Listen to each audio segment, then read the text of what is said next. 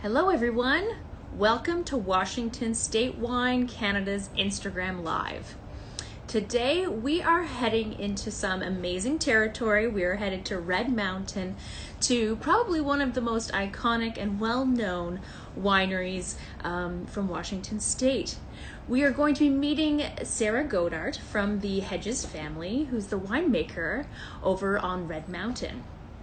We will also be opening up some wine, obviously, to go through this interview with. I have brought a bottle along with me. This is the Hedges Red Mountain, the estate red that we have from in the Canadian market right now. It's in the Ontario market, and it's very exciting. In fact, as I wait for Sarah to pop in here from Hedges, I'm going to open up the bottle, maybe do some decanting, and get ready for this interview. So thank you everyone for being here.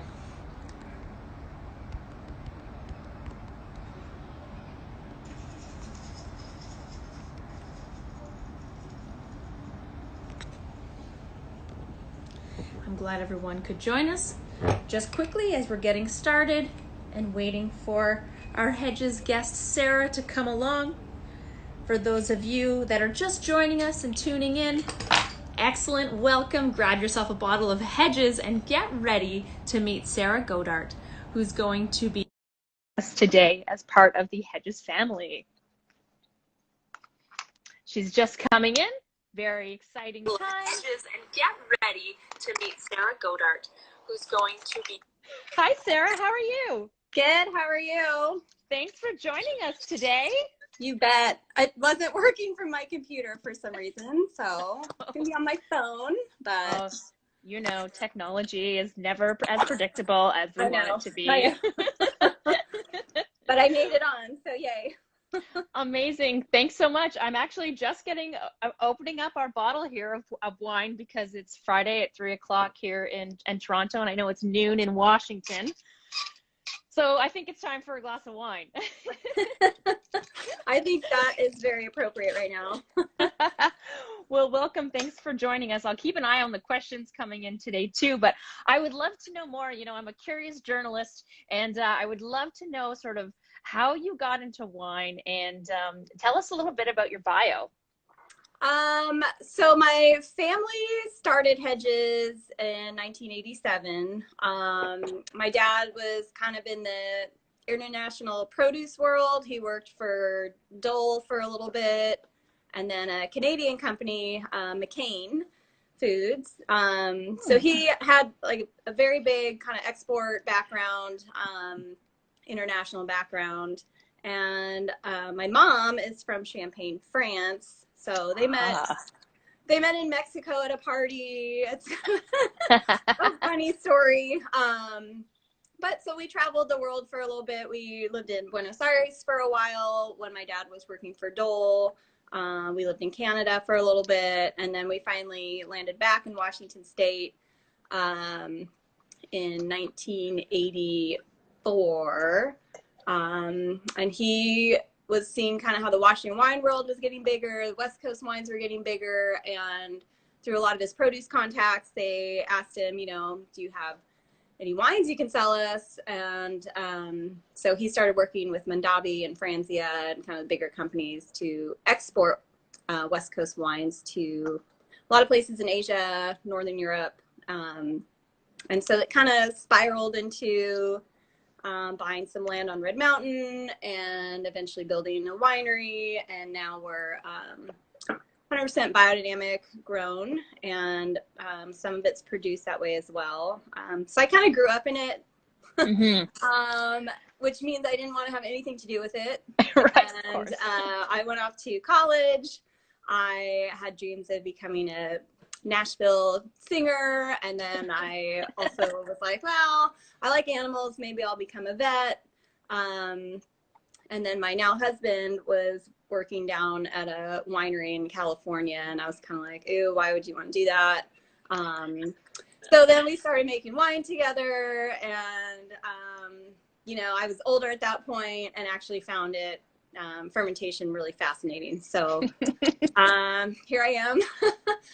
We worked down in California for about 4 years, in Santa Barbara County and Sonoma. And then I eventually moved up here to work for my parents.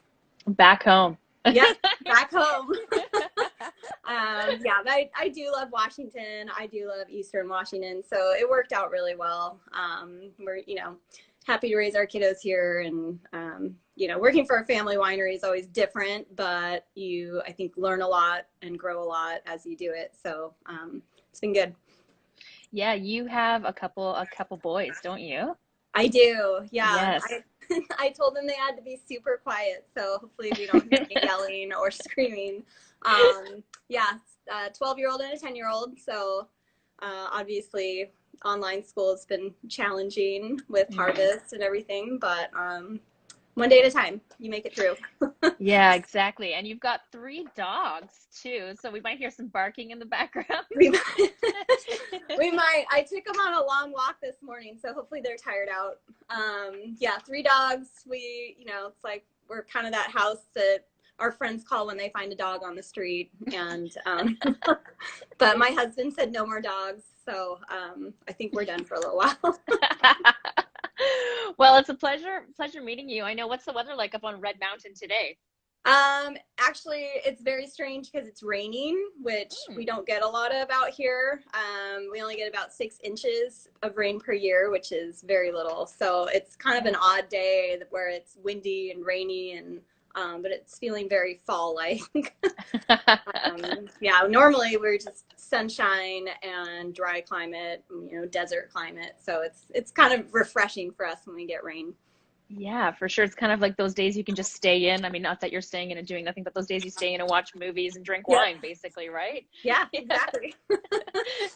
Well, how's everything in the vineyard at the moment down on Red Mountain? Is everything off the vine, or are you still waiting to prune some in and bring some into the winery?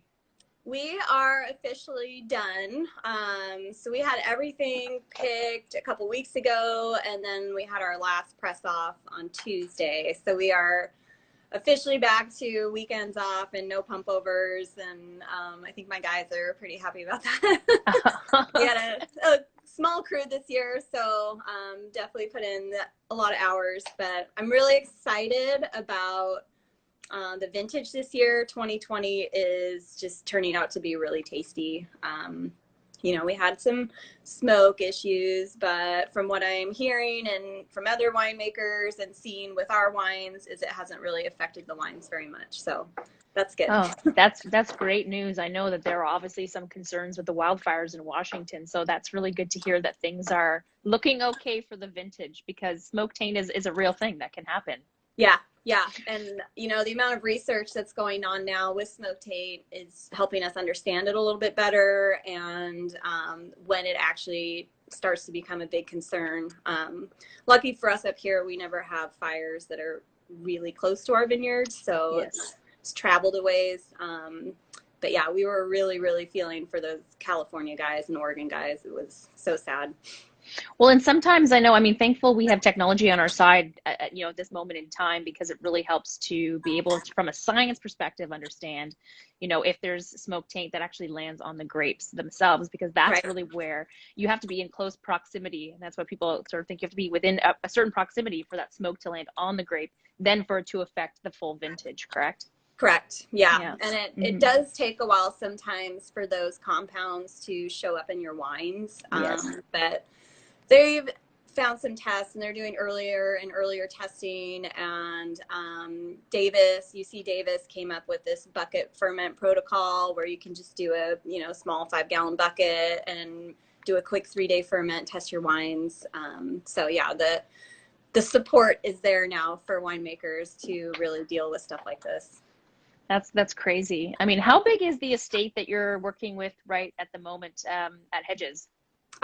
So we have about 120 acres of fruit, and it's split between 5 different vineyards. The original estate vineyard was planted in 1990, and we've since added 4 others. Mostly Cabernet, Merlot, and Syrah is kind of the top 3 varietals we work with. We do a little bit of Cab Franc. We've got some Malbec, Petit Verdot, and then white grapes. We do one estate white, which is Marsanne, and Viognier, which is really fun. Yeah, that's super unique. I mean, that's really kind of like a Rhone varietal. That's like, it's like, oh, we only do one white and it's a Marsanne blend. Like, that's great. I know it's a little weird. It is a really fun wine to make though. Our club comes out and we foot stomp it, and it's a very gentle pressing. It's a very massaged wine, put it that way. It takes a lot of love and care, but the end product is really fun and really nice. So I don't make a lot of white wines at our facility. Our bigger product, CMS White, is made somewhere else. So it's really fun for me to get to tinker around with whites, especially Marsanne and Viognier I love. So yeah, I think the CMS Red comes to Canada too. Speaking of red wines, and then this one I have open. Why do they call Red Mountain, I guess is a good question to ask.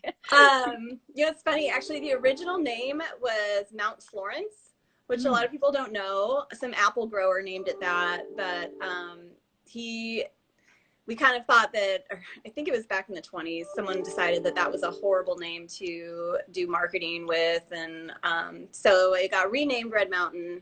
There is a native plant out here called cheatgrass, and in the springtime it turns very, very red, and Red Mountain seems to have a lot of it, so it does actually look red for a little bit of the year. Yeah. So that's the reason it sort of, there's this vegetation on the mountain that at one point in the season it kind of turns red, I guess. That's how it's called, Red Mountain. Yeah. And then and it's, it's a hot site, so there is not a lot of white grapes grown on the mountain. So I think it's like 98% planted to reds. So the name makes a lot of sense. Okay, so of the red grapes, what do we have planted at Hedges? So Hedges Estate Vineyard is mostly Cabernet. We've got Merlot, a little bit of Syrah, Petit Verdot, Malbec. So you've got your 5 Bordeaux varietals plus some Syrah. We have one vineyard that's dedicated all to Rhone varietals, and that's where the Marsanne and Viognier come from. And we also produce a Syrah from there. So the big 3 are Cabernet, Merlot, and Syrah. Okay, yeah, and I also know that you farm biodynamically. So, I mean, there's a lot of people that maybe do not know what that is. So, could you maybe give us a quick synopsis on what biodynamic farming is? Yeah, it's tough to kind of put it in a nutshell. You could go on for days talking about it, but it's a philosophy of farming where you're taking your farm and you're really looking at it as like a holistic unit. So your outputs become your inputs.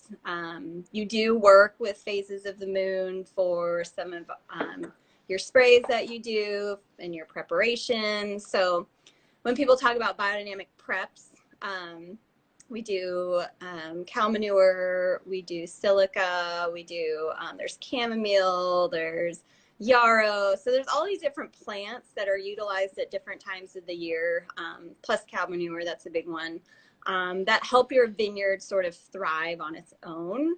And when you're working with the phases of the moon and bringing in that universal energy, the philosophy is that it will help your plants thrive on their own.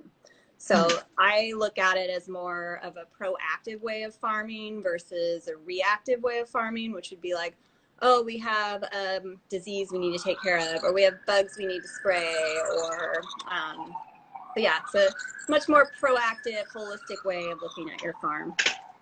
I've also been told I have this app that tells you like what type of day it is, whether it's a root day or a leaf day or a flower day, and the days rotate through these sort of biodynamic calendars. Yeah. And that wine actually tastes different on these different days. As a winemaker, do you feel like that is true?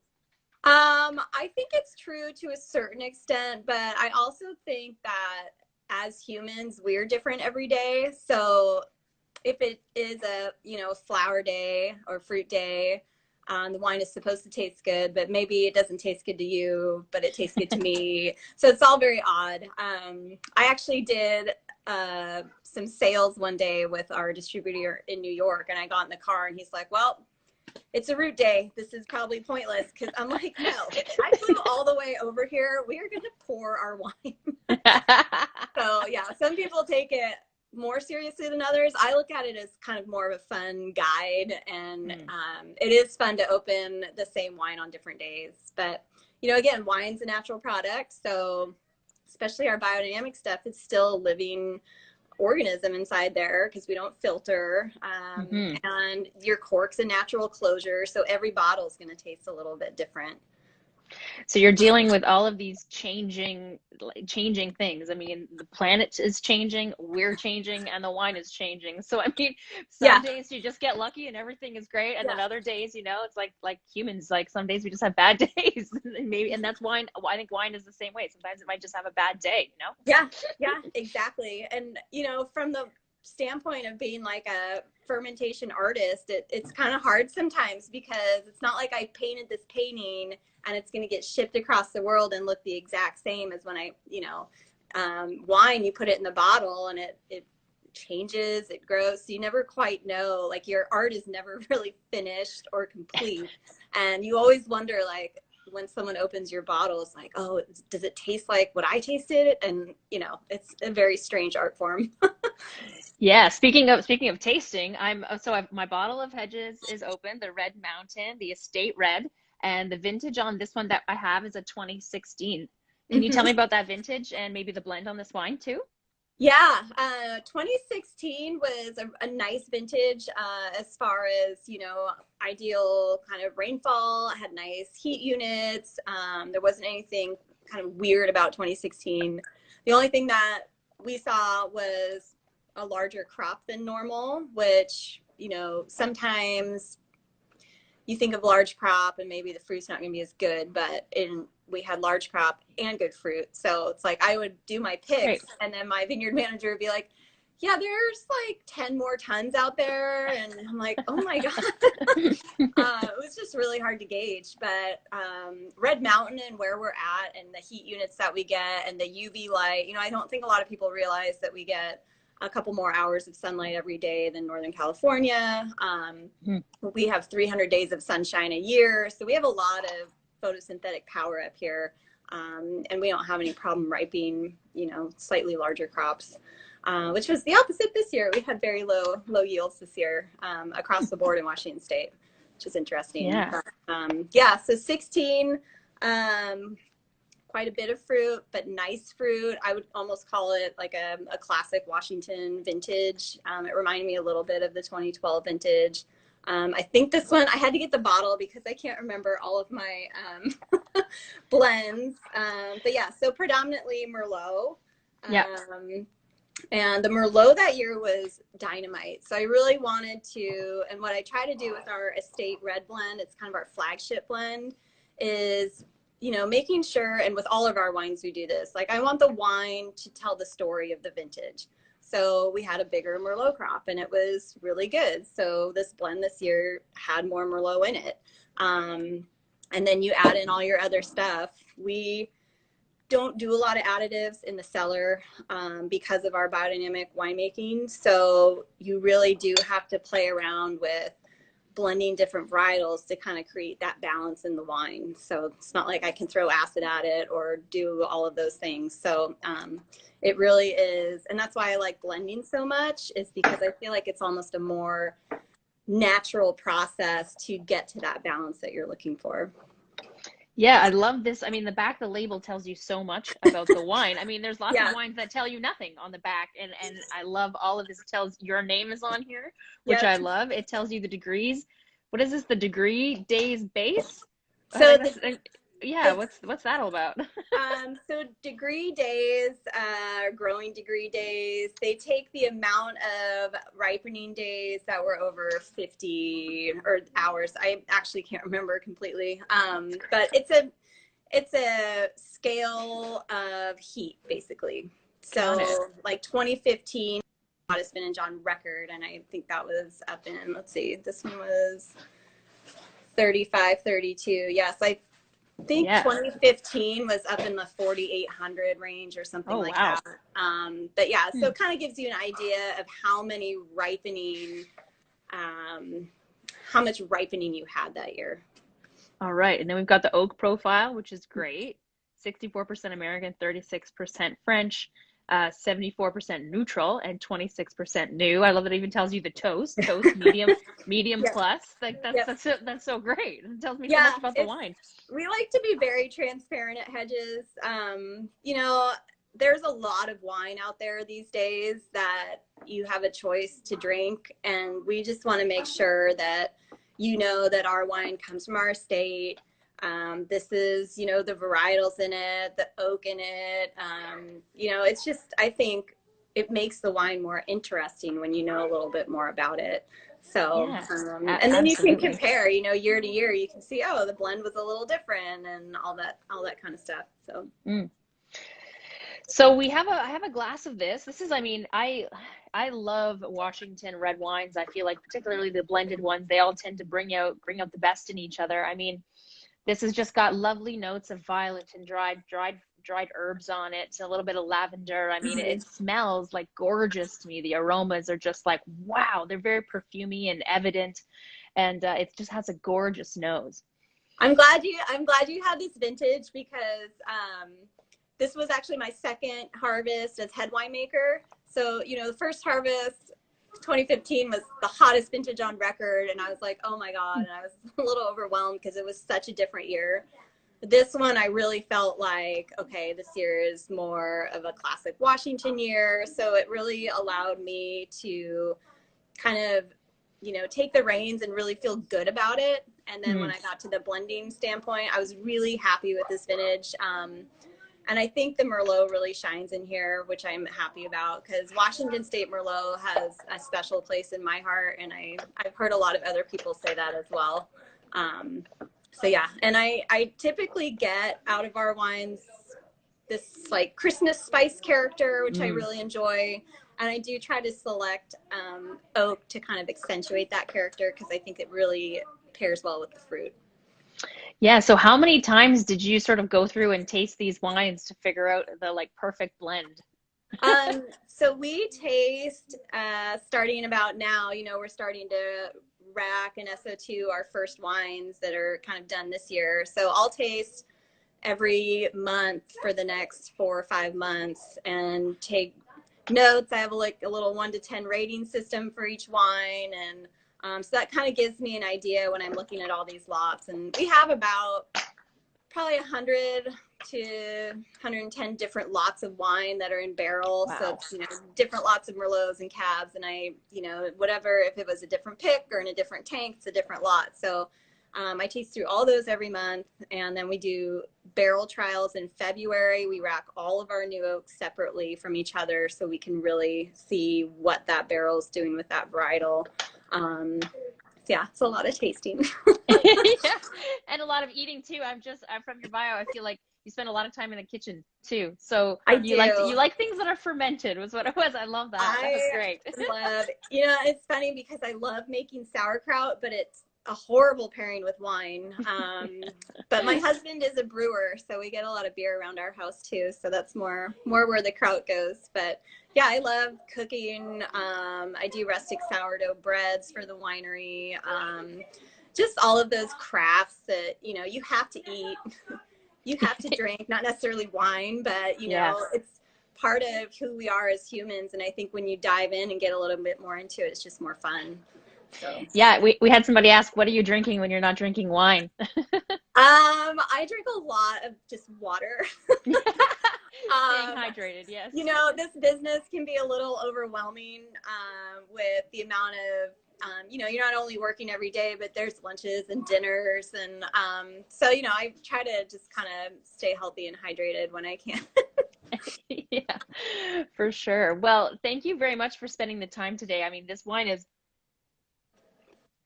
just to retaste it, it's so amazing. I mean, you can taste this balance and this elegance in this wine that I think is really essence of Red Mountain and Washington State in general. I mean, this wine is going